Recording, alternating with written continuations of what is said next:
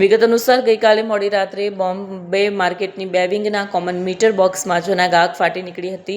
Metre પેટીમાં short circuit અથવા અન્ય કોઈ કારણસર લાગેલી આગે બાજુમાં જ આવેલી શ્રી નાગણેચિયા ટેક્સટાઇલ નામની દુકાનને પોતાની ઝપેટમાં લીધી। આ દુકાનમાં સૂટ, શેરવાની અને કુર્તાનું મોટાપાયે કામકાજ થતું હોવાથી કાપડના જથ્થાને કારણે આગ ઝડપથી ફેલાઈ હતી।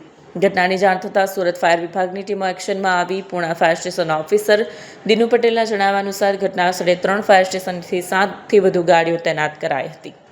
ભારે ધુમાડાના આગના કારણે કામગીરીમાં અવરોધ આવ્યો, પરંતુ 2 કલાકના સતત પાણીના મારા બાદ આગ પર કાબૂ મેળવી શકાયો હતો। દુકાન માલિકના જણાવ્યા મુજબ લગ્નશાળાની સિઝન પૂર્વે તૈયાર કરવામાં આવેલો સ્ટોક આગમાં નાશ પામ્યો છે। સદનસીબે આ ઘટના મોડી રાત્રે બની હોવાથી કોઈ જાનહાની થઈ નથી, પરંતુ આર્થિક રીતે મોટું નુકસાન વેઠવાનો વારો આવ્યો છે।